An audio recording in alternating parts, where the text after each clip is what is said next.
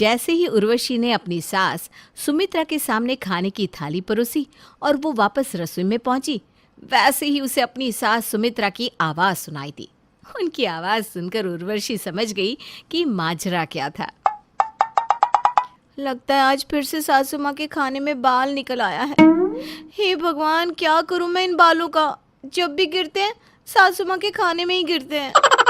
इधर उर्वशी खुद से बात कर रही थी और उधर सुमित्रा गुस्से से आग बबूला हो रही थी। 6 महीने पहले ही उर्वशी शादी होकर इस घर में आई थी, लेकिन पिछले 6 महीनों में एक दिन भी ऐसा नहीं गया था जब उर्वशी के बनाए हुए खाने में बाल ना निकला हो, और इस वजह से सुमित्रा बड़ी परेशान थी। अरे उर्वशी बहू, इधर आ। आज तो मुझे तुझसे सारा मामला निपटाना ही पड़ेगा। क्या हुआ मम्मी जी, आप इतना नाराज क्यों हो रही हैं?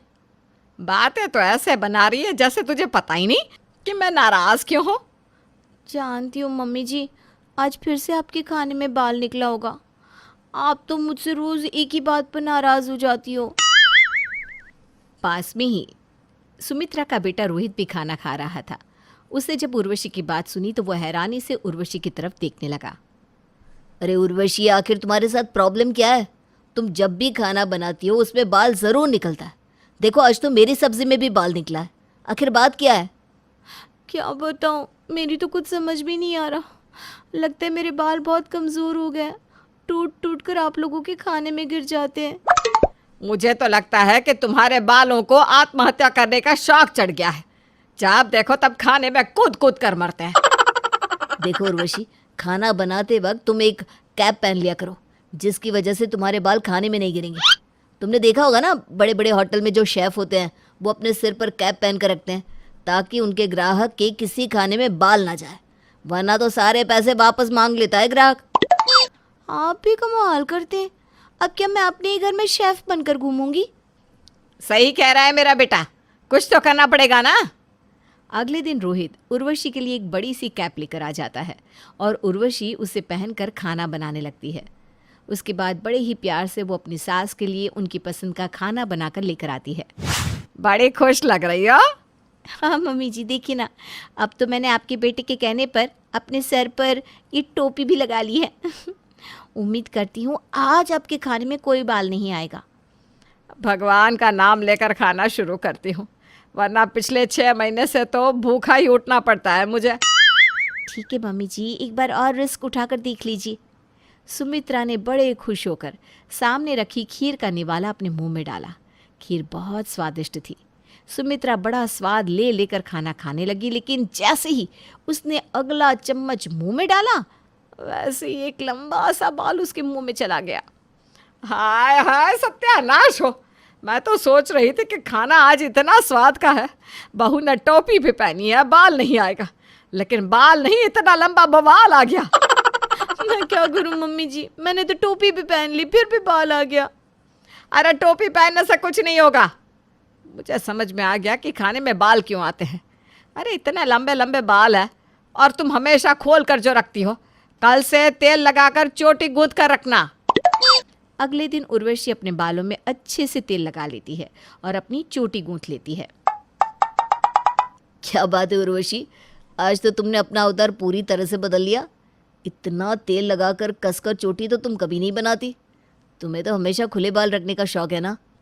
क्या करूं, मैंने सोच लिया है कि मम्मी जी के खाने में बाल नहीं आना चाहिए। मैं अपनी सुंदरता से कॉम्प्रोमाइज कर सकती हूँ, कोई बात नहीं। उर्वशी खुशी खुशी खाना बनाकर एक बार फिर से अपनी सास के सामने पहुंचती है।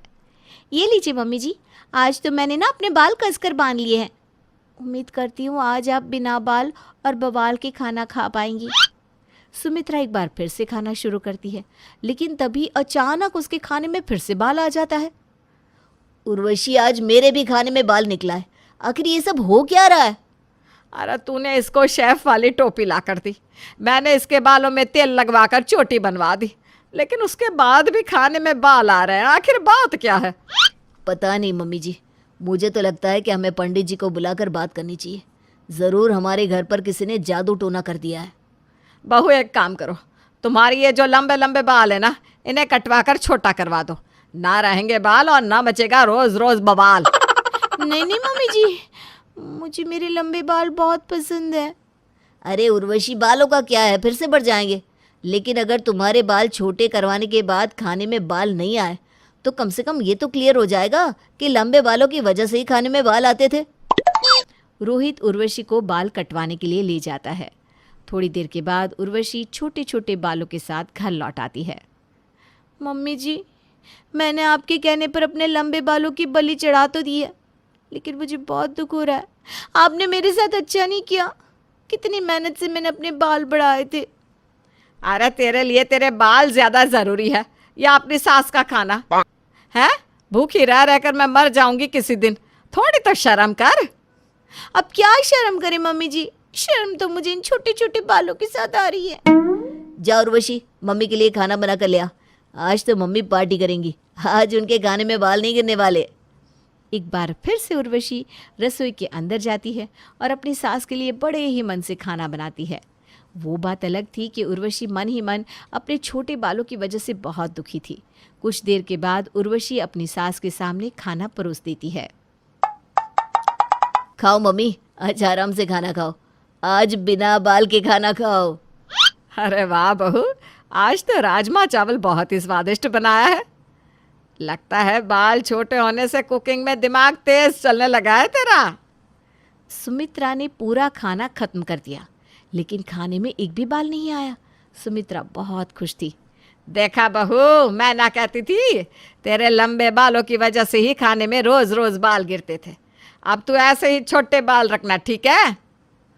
जी ठीक है मम्मी जी, ये लीजिए पानी पी लीजिए। उर्वशी, आज तो मम्मी बहुत खुश है, ज़रूर तुम्हें सोने का हार देंगी।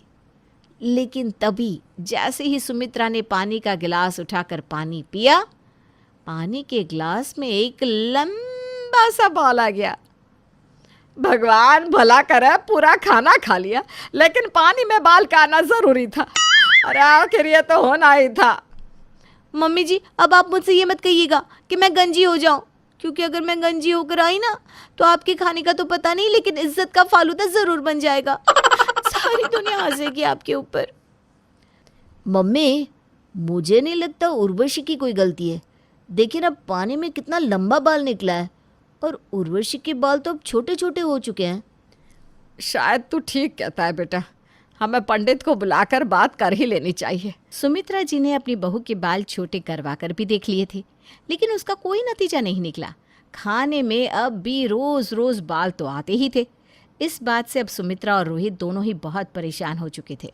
उधर उर्वशी इस बात से नाराज़ हो गई थी कि उन दोनों की वजह से उसने अपने लंबे लंबे बाल खो दिए थे। परेशान होकर सुमित्रा ने अपने पंडित जी को घर बुलाया। पंडित जी घर पहुंचते हैं। पंडित जी, पता नहीं क्या परेशानी है, जब भी खाना खाने बैठती हूँ खाने में बाल गिर निकलते हैं। अरे, आपने इतनी समस्या के लिए मुझे अपने घर बुला लिया। अब खाने में बाल गिरना तो छोटी मोटी बात है, ये तो हर घर में होता है। अरे नहीं पंडित जी, हमारे घर में ये छोटी मोटी बात नहीं है। देखिए ना, जब से मेरी और उर्वशी की शादी हुई है तब से हर दिन माँ के खाने में बाल गिरते हैं। पहले मैंने उर्वशी को कैप ला कर दी, फिर भी बाल गिरे। उसके बाद उसके बाल बंधवा दिए, फिर भी बाल गिरे। और अब उसके बाल छोटे छोटे करवा दिए, फिर भी खाने में बाल आ ही रहे। हमारी तो कुछ समझ में नहीं आ रहा पंडित जी, आखिर ये सब हो क्या रहा है? लगता है हमारे घर पर किसी बुरी आत्मा का साया है।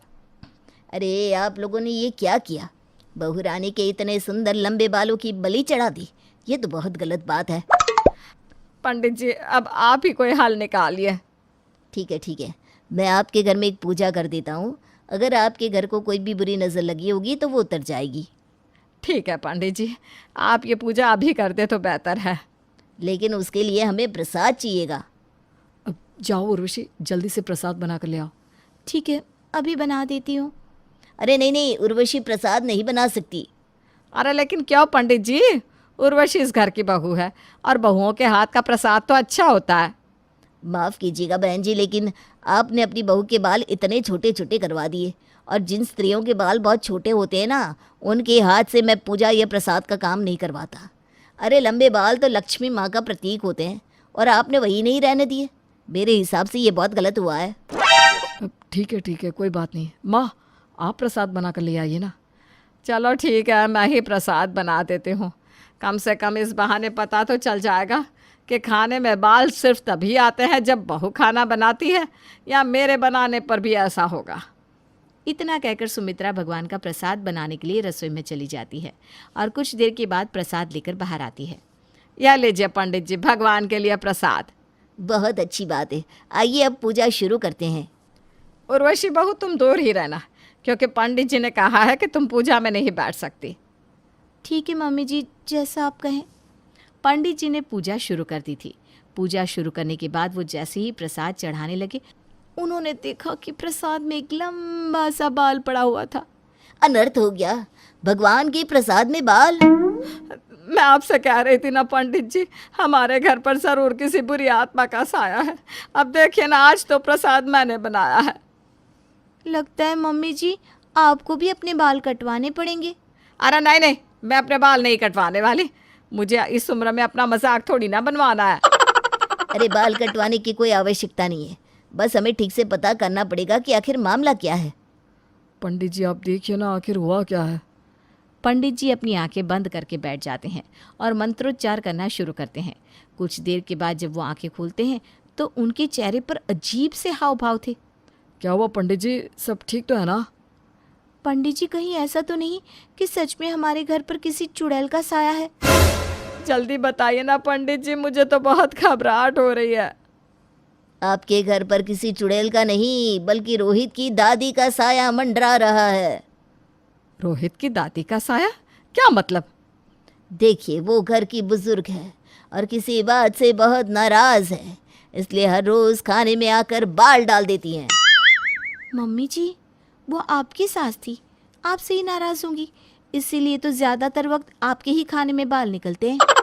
क्या आपका आपकी सास से बालों को लेकर किसी प्रकार का झगड़ा हुआ था? वो क्या है ना पंडित जी, मेरी सास कहती थी कि रसोई में जब भी काम करो अपना सर ढक कर करो, लेकिन मुझे सर ढक कर रखना पसंद नहीं था। लेकिन मम्मी जी वो आपसे सर ढकने के लिए क्यों कहती थी? अरे उन्हें लगता था कि खाने में बाल नहीं गिरेंगे सर ढकने से, लेकिन मैंने ना अपनी जिद के चलते उनकी कोई बात नहीं मानी। इतनी छोटी बात पर तो कोई भी बुजुर्ग आत्मा इतना परेशान नहीं करती, जरूर कुछ और हुआ होगा। बताइए ना माँ, आखिर क्या हुआ था। हो सकता है कि पंडित जी कोई उपाय बता दे, दादी की आत्मा शांत हो जाए और आपको इस रोज़ रोज़ की परेशानी से मुक्ति मिल जाए। वो क्या है ना पंडित जी, जब भी मेरी सास मुझे कुछ कह देती थी या मुझसे ज़्यादा काम करवाती थी तो मैं जानबूझकर उनके खाने में बाल डाल देती थी, जिसकी वजह से वो खाना नहीं खा पाती थी, क्योंकि मेरी सास को ना बालों से सख्त एलर्जी थी। अच्छा, तो ये माजरा है, इसीलिए उनकी आत्मा यहाँ भटक रही है। मम्मी जी बड़ी सासू माँ की इस दुनिया से जाने के वक्त भी आपने कुछ गड़बड़ की होगी, तभी वो अभी भी यहीं रहती हैं। अरे सच कह रही हूँ, इससे ज़्यादा मैंने कभी कोई गड़बड़ नहीं की। लेकिन किसी के खाने में जानबूझकर बाल डालना बहुत पाप होता है सुमित्रा जी। अब देखिए, आपकी सास आपसे बदला ले रही है। लेकिन दादी को मनाने का कोई तरीका तो होगा ना पंडित जी। वो नाराज़ है तो हम पूरी कोशिश करेंगे कि वो मान जाए। अब तो एक ही तरीका है, आपको सोने के 100 बाल बनवाकर पंडित को दान करने होंगे। सोने के 100 बाल? अरे ये तो बहुत महंगा पड़ जाएगा पंडित जी। महंगा पड़ जाएगा तो क्या होगा मम्मी जी, काम भी तो आपने ऐसा ही किया है। अब देखिए, आपको ज़रा सी परेशान हुई तो आपने मेरे बाल कटवा दिए, लेकिन आपने खुद अपनी सास को कितना परेशान किया उसके बारे में कभी नहीं बताया। मुझसे बहुत बड़ी गलती हो गई और अब मुझे इसका प्रायश्चित भी करना ही पड़ेगा। ठीक है, मैं सोने के 100 बाल बनाकर पंडित जी को दान कर दूंगी। देखा मम्मी, आपकी गलती आप पर ही भारी पड़ गई। आपने अपनी सास के खाने में बाल डाले, लेकिन यहाँ तो आपकी बहू के बिना डाले ही आपके खाने में बाल निकल रहे थे। इसके बाद सुमित्रा सोने के 100 बाल बनवाकर पंडित को दान करती है और अगले ही दिन से उनके घर में खाने के अंदर से बाल निकलना बंद हो जाता है। जानती है मम्मी जी, आपने जो भी अपनी सास के साथ किया उस बारे में जानने के बाद मुझे कैसा फील हो रहा है। हाँ हाँ बोलो, अब तुम भी बोल ही दो। बस एक ही लाइन कहूँगी, क्योंकि सास भी कभी बहू थी।